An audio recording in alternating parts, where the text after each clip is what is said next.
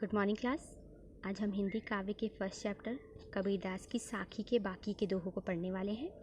इन सभी दोहों में कबीरदास जी ने ज्ञान का उपदेश दिया है और इसके साथ ही जीवात्मा और परमात्मा की स्थिति को स्पष्ट किया है। इस दोहे में भी कबीरदास जी ने आत्मा और परमात्मा की स्थिति को स्पष्ट किया है। पानी ही तय हिम भया, हिम है गया बिलाई, जो कुछ था सोई भया, अब कुछ कहा न जाए। कबीरदास जी कहते हैं कि जिस प्रकार से पानी से बर्फ़ बनती है और बर्फ़ पिघलकर पुनः पानी बन जाता है, ठीक उसी प्रकार से आत्मा परमात्मा से ही निकलकर अलग होती है और मृत्यु के बाद वो पुनः परमात्मा में मिल जाती है। तो जो पहले अवस्था होती थी वही अब भी हो जाती है। इस विषय में हम कुछ भी नहीं कह सकते। पानी ही तय हिम भया, अर्थात पानी से ही हिम अर्थात बर्फ़ बनती है। पानी ही बर्फ़ बन जाता है या पानी से ही बर्फ़ का निर्माण होता है। हिम है गया बिलाए, और जब वो हिम अर्थात बर्फ़ पिघल जाती है तो पुनः पानी के रूप में परिवर्तित हो जाती है। पानी से ही हिम का निर्माण होता है यानी बर्फ़ का निर्माण होता है और बर्फ़ पिघलकर पुनः पानी बन जाती है। ठीक उसी प्रकार से परमात्मा से ही आत्मा का निर्माण होता है और जो आत्मा है वो शरीर छोड़ने के बाद अर्थात मनुष्य के मरने के बाद में पुनः परमात्मा से मिल जाती है। जो कुछ था सोई भया, तो जो अवस्था पहले थी बाद में भी वही अवस्था हो जाती है। इस विषय में अब कुछ भी कहा नहीं जा सकता है। कबीरदास जी कहते हैं कि जिस प्रकार से पानी से ही बर्फ़ का निर्माण होता है और बर्फ़ पिघलकर पुनः पानी बन जाती है, उसी प्रकार से परमात्मा से ही आत्मा का निर्माण होता है और आत्मा मनुष्य के मरने के बाद भी पुनः परमात्मा में मिल जाती है। तो जो पहले की अवस्था थी वही बाद में भी प्राप्त हो जाती है। इस विषय में कुछ भी कहा नहीं जा सकता है। दूसरी साखी में भी कबीरदास जी ने आत्मा और परमात्मा की स्थिति को स्पष्ट किया है। पंखी उड़ाई गगन को, प्यंड रहा परदेश, पानी पिया चंच बिन, भूल गया यहु देश। कबीरदास जी कहते हैं कि पंख यानी जो पंछी था, जो आत्मा रूपी जो पक्षी रूपी जो आत्मा है, उड़ाड़ी अर्थात उड़ गई गगन को अर्थात गगन में आसमान में। मनुष्य के मरने के बाद जो पंछी रूपी आत्मा थी वो गगन में आसमान में उड़ गई। प्यंड रहा परदेश, और उसका जो पिंड था अर्थात जो शरीर था वो परदेश में यानी पृथ्वी लोक पर पड़ा रह गया। पानी पिया चंच बिन, और उस पक्षी ने परमात्मा के पास जा कर के पानी पिया चंच बिन, चोंच के बिना पानी पी लिया। भूल गया यह देश, और इस देश को वह भूल गया अर्थात वह जा कर के परमात्मा में मिल गया और इस देश को, अपने शरीर को, भौतिक शरीर को, यहाँ के संबंधों को वह भूल गया। कबीरदास जी कहते हैं कि आत्मा और परमात्मा एक ही रूप हैं, दोनों एक ही अंश हैं। और जो आत्मा है वह मनुष्य के मरने के बाद में पंछी के रूप में आसमान में उड़ गई और उसका जो पिंड यानी शरीर है वह परदेश में ही पड़ा रह गया। इसके पश्चात उस पक्षी ने चोंच के बिना पानी पिया अर्थात वह परमात्मा में मिल गया। भूल गया यह देश, और वह इस देश को भूल गया अर्थात इस संसार को भूल गया। इसका तात्पर्य है कि जो आत्मा और परमात्मा का प्रेम है वही शाश्वत है, वही सत्य है, और संसार में जो उस आत्मा की स्थिति है वह कुछ समय के लिए है। आत्मा परमात्मा में मिलने के बाद में इस स्थिति को भूल जाती है। अगली साखी में कबीरदास जी ने ज्ञान की दशा का वर्णन किया है। वो बताते हैं कि ज्ञान के मिलने के बाद में मनुष्य के जीवन में क्या क्या परिवर्तन आते हैं। पिंजर प्रेम प्रकाशिया, अंतरि भया उजास, मुख कस्तूरी महमही, बाड़ी फूटी बास। ज्ञान की अवस्था को वर्णित करते हुए कबीरदास जी कहते हैं कि पिंजर अर्थात शरीर में प्रेम प्रकाशिया, प्रेम का प्रकाश उत्पन्न हो गया। ज्ञान प्राप्त करने के बाद में शरीर में यानी जो पिंजर है या शरीर है उसमें प्रेम का प्रकाश उत्पन्न हो जाता है। अंतर भया उजास, और जो अंतर अर्थात हृदय है उसमें उजास अर्थात उजाला हो जाता है। मुख कस्तूरी महमही, और मुख में कस्तूरी की सुगंध महकने लगती है। बाड़ी फूटी बास, और वाड़ी से भी वह बास अर्थात जो सुगंध है वह प्रस्फुटित होने लगती है। प्रकट होने लगती है।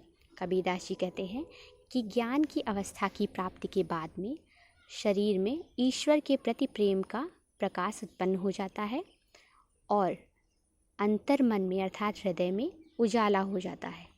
कबीरदास जी कहते हैं कि ज्ञान की अवस्था की प्राप्ति के बाद में मनुष्य के शरीर में ईश्वर के प्रति प्रेम का प्रकाश उत्पन्न हो जाता है और उस प्रकाश से उसके हृदय में उजाला हो जाता है। उसके मुख में कस्तूरी की सुगंध महकने लगती है और वाणी से सुगंध प्रकट होने लगती है। अर्थात जब किसी को ज्ञान की प्राप्ति होती है तो उसकी वाणी से, उसके मुख से और उसके हृदय से उस ज्ञान का प्रकाश प्रकट होने लगता है। अगली साखी में कबीरदास जी कहते हैं, नैना अंतरि आँव तू ज्यों हो नैन झपियों, ना हो देखो और कूँ ना तुझ देखन देऊँ। इस साखी में कबीरदास जी ने ईश्वर के प्रति अपनी प्रेम की अनन्यता और एक निष्ठता को प्रकट किया है। कबीरदास जी कहते हैं, नैना अंतरि आँव तू, हे परमात्मा तुम मेरे नैनों के अंदर आ जाओ, यानी तुम मेरे नैनों के अंदर बस जाओ। ज्यों हो नैन झपियों, और जैसे ही तुम मेरे नैनों के अंदर आओगे मैं नैन झपियों अर्थात नेत्रों को बंद कर लूँगा। ना हो देखो और को, ना तो हो अर्थात मैं, देखो और को, ना तो मैं किसी और को देखूँगा, ना तुझ देखन देव, और ना ही तुम्हें किसी और को देखने दूँगा। अर्थात मैं तुम्हारे अतिरिक्त और किसी भी वस्तु के प्रति आकृष्ट नहीं होऊंगा। कबीरदास जी कहते हैं कि हे परमात्मा तुम मेरे नेत्रों के अंदर आकर के बस जाओ, और जैसे ही तुम मेरे नेत्रों में आकर के बसोगे मैं अपने नेत्रों को बंद कर दूँगा, जिसके कारण मैं ना तो किसी अन्य सांसारिक वस्तु को देखूँगा और ना ही तुम्हें किसी अन्य वस्तु को देखने दूँगा। अर्थात मैं तुम्हें अपने नेत्रों के अंदर ही बंद कर लूँगा और तुम्ही में अपना ध्यान लगाऊँगा। इसमें कबीरदास जी का परमात्मा के प्रति प्रेम प्रकट हुआ है, जिसमें वह परमात्मा को अपने अत्यधिक समीप रखना चाहते हैं। अगली साखी में कबीरदास जी कहते हैं, कबीर हर रस यों पिया बाकी रही न था कि, पाका कलश कुमार का बहुरी न चढ़ी चाकी। इस दोहे में भी कबीरदास जी ने परमात्मा के प्रति अपने प्रेम को प्रकट किया है। कबीरदास जी कहते हैं, हरि रस यों पिया, कि मैंने हरि रूपी रस को यानी परमात्मा रूपी रस को इतना पी लिया है, बाकी रही न था कि अब मुझ में कुछ अन्य पीने की इच्छा बाकी नहीं रही। था कि अर्थात मुझे अन्य कुछ पीने की इच्छा शेष नहीं रह गई है। पाका कलश कुम्हार का बहुरी न चढ़ी चाक, जिस प्रकार से पाका कलश अर्थात पका हुआ जो कलश होता है या घड़ा होता है, कुम्हार का बहुरी न चढ़ी चाक, बहुरी अर्थात दोबारा चाक पर नहीं चढ़ता है, उसी प्रकार से मैं ईश्वर के प्रेम में पक गया हूँ, अर्थात ईश्वर की भक्ति में मग्न हो गया हूँ। अब मैं दोबारा इस चाक पर नहीं चढ़ूँगा, इस संसार रूपी चाक पर, संसार के माया मोह रूपी चाक पर नहीं चढ़ूँगा। ईश्वर के प्रति अपने प्रेम को प्रकट करते हुए कबीरदास जी कहते हैं कि मैंने हरि रूपी रस को यानी ईश्वर के नाम रूपी रस को तृप्ति के अनुसार पी लिया है और अब मुझ में और कुछ पीने की इच्छा बाकी नहीं रह गई है।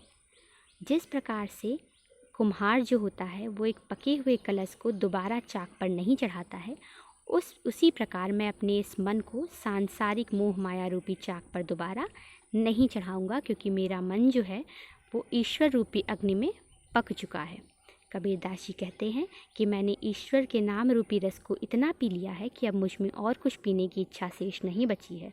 और जिस प्रकार से जो कुम्हार होता है वो पके हुए कलश को दोबारा चाक पर नहीं चढ़ाता है, उसी प्रकार से मेरा जो मन रूपी चाक है, मेरा जो मन रूपी घड़ा है, वो भी अब दोबारा संसार के मोह माया रूपी चाक पर नहीं चढ़ेगा, क्योंकि ये परमात्मा रूपी अग्नि में पक चुका है। अर्थात मुझे ईश्वर से एक निष्ठ प्रेम है, तो अब मैं इस संसार के माया मोह के जाल में नहीं फंसूंगा। अगली साखी में कबीरदास जी कहते हैं, हेरत हेरत हे सखी रहा कबीर हिराए, बूंद समानी समद में सो कत हेरी जाए। कबीरदास जी कहते हैं जिस प्रकार एक बूंद समुद्र में गिरने के बाद में खोजी नहीं जा सकती है, वह समुद्र में विलीन हो जाती है, उसी प्रकार से मैं भी ईश्वर में विलीन हो गया हूँ। अब मुझे कोई भी खोज नहीं सकता, अर्थात मेरा अस्तित्व ईश्वर के अस्तित्व के साथ मिल गया है। अब मुझे ईश्वर से पृथक ढूंढना नहीं जा सकता है। कबीरदास जी कहते हैं, हेरत हेरत हे सखी, कि हेरत हेरत अर्थात ईश्वर को ढूंढते ढूंढते रहा कबीर हेराए, मैं खुद ही ईश्वर में विलीन हो गया हूँ। कबीरदास जी कहते हैं कि ईश्वर को या परमात्मा को ढूंढते ढूंढते हेरत हेरत अर्थात ढूंढते ढूंढते मैं खुद भी परमात्मा में विलीन हो गया हूँ। और जिस प्रकार से एक बूंद समानी समद अर्थात समुद्र में, जिस प्रकार से एक बूंद समुद्र में गिर जाती है या समा जाती है, सो कत हेरी जाए, तो उसे ढूंढा नहीं जा सकता है। इसी प्रकार से मैं ईश्वर में विलीन हो गया हूँ, समा गया हूँ, अब मुझे भी ढूंढा नहीं जा सकता। कबीरदास जी कहते हैं कि ईश्वर को खोजते खोजते, ईश्वर को ढूंढते ढूंढते मैं भी ईश्वर में विलीन हो गया हूँ, अर्थात ईश्वर के अस्तित्व का पता लगाते लगाते मेरा अस्तित्व भी ईश्वर में विलीन हो गया है। तो अब मुझे ईश्वर से पृथक ढूंढा नहीं जा सकता है, मुझे ईश्वर के अतिरिक्त कहीं पाया नहीं जा सकता, क्योंकि जिस प्रकार से एक बूंद जो समुद्र में विलीन हो जाती है उसे कोई नहीं ढूंढ सकता, उसी प्रकार से मैं परमात्मा में विलीन हो गया हूँ, अब कोई भी मुझे ढूंढ नहीं सकता है। अगली साखी में कबीरदास जी कहते हैं, कबीर यहु घर प्रेम का, खाला का घर नाही, शीस उतारे हाथ करी, सो बैठे घर माही। इस साखी में कबीरदास जी ने प्रेम की स्थिति का वर्णन किया है। कबीरदास जी कहते हैं कि जो प्रेम होता है उसमें किसी की जो मन मर्जी होती है या इच्छा होती है वह नहीं चलती है, बल्कि व्यक्ति को अपना सब कुछ समर्पित करना पड़ता है। कबीर यह घर प्रेम का, कबीरदास जी कहते हैं कि जो ईश्वर की भक्ति होती है ये प्रेम का घर होता है, या जो परमात्मा की भक्ति है यह प्रेम का घर है। खाला का घर नाही, या खाला का घर नहीं है, अर्थात आपकी मौसी का घर नहीं है। तात्पर्य है कि यहाँ पे आपकी इच्छाएं नहीं चल पाती हैं। शीस उतारे हाथ करी, जो अपने शीस को उतार करके अर्थात अपनी गर्दन को काट करके हाथ करी अपने हाथ में रख देता है, सो बैठे घर माई, वही इस घर में रह पाता है। कबीरदास जी कहते हैं कि जो परमात्मा की भक्ति है वो प्रेम का घर है, वो खाला का घर नहीं है। अर्थात खाला के घर के समान यहाँ पर किसी व्यक्ति की मनमर्जी नहीं चलती है, बल्कि यह प्रेम का घर है। और इस घर में जो व्यक्ति अपने शीश को उतार कर अपने हाथ में रख देता है, अर्थात अपना सब कुछ समर्पित कर देता है और कड़ी से कड़ी परीक्षा में भी सफल हो जाता है, वहीं इस घर में रह पाता है। कबीरदास जी कहते हैं कि जो ईश्वर की भक्ति है वहाँ अपना सर्वस्व न्यौछावर करना पड़ता है, वहाँ व्यक्ति के स्वत्व का कोई भी महत्व नहीं होता है। ये प्रेम का घर है, ये खाला का घर नहीं है। इस घर में, इस प्रेम के घर में वही निवास कर सकता है जो अपने शीश को उतार करके अपने हाथ में रख सके, अर्थात अपना सर्वस्व न्यौछावर कर सके, अपनी इच्छाओं को मार करके अपना सब कुछ समर्पित कर सके, वहीं इस घर में निवास कर सकता है। अर्थात ये जो प्रेम का घर है यहाँ पर अपना सब कुछ न्यौछावर करना पड़ता है। अगली साखी में कबीरदास जी कहते हैं, जब मैं था तब हरि नहीं, अब हरि है मैं नाई, सब अंधियारा मिट गया, जब दीपक देखा माए। इसमें इस साखी में कबीरदास जी ने अपने अंदर के अहंकार को नष्ट हो जाने और ईश्वर के ज्ञान के प्रकाश की प्राप्ति हो जाने का वर्णन किया है। कबीरदास जी कहते हैं, जब मैं था अर्थात जब मेरे अंदर मैं की भावना थी, अर्थात अहंकार की भावना थी, तब हरि नहीं, तब मुझे ईश्वर की प्राप्ति नहीं हुई थी। कबीरदास जी कहते हैं, जब मेरे अंदर मैं अर्थात अहंकार की भावना थी, तब मुझे ईश्वर की प्राप्ति नहीं हुई थी। अब हरि है मैं नाई, अब मुझे ईश्वर की प्राप्ति हो गई है, क्योंकि मेरे अंदर अहंकार की भावना समाप्त हो गई है। मेरे अंदर मैं नहीं है, अर्थात अहंकार की भावना समाप्त हो गई है। कबीरदास जी कहते हैं, जब मेरे अंदर अहंकार की भावना थी तब मुझे ईश्वर की प्राप्ति नहीं हुई थी, अब मुझे ईश्वर की प्राप्ति हो गई है, मुझे परमात्मा की प्राप्ति हो गई है, क्योंकि मेरा अहंकार नष्ट हो चुका है। सब अंधियारा मिट गया, जब दीपक देखा माए। संपूर्ण अज्ञान रूपी जो अंधेरा था वो मिट गया है, क्योंकि मैंने ज्ञान रूपी दीपक के दर्शन कर लिए हैं। कहने का तात्पर्य है कि जब तक व्यक्ति के अंदर अहंकार रहता है तब तक वह परमात्मा से नहीं मिल पाता, लेकिन जब उसका अहंकार समाप्त हो जाता है तब वह परमात्मा से मिल जाता है।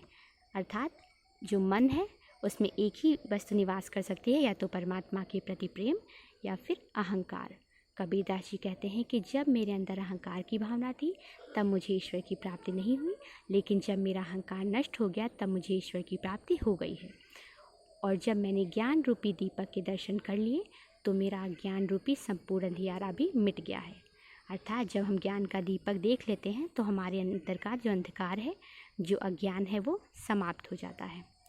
यहाँ पर कबीरदास जी ने ज्ञान की दशाओं का वर्णन करते हुए जीवात्मा और परमात्मा की एक निष्ठता का, उनकी स्थितियों का वर्णन किया है और साथ ही ईश्वर के प्रति अपने प्रेम को भी प्रकट किया है।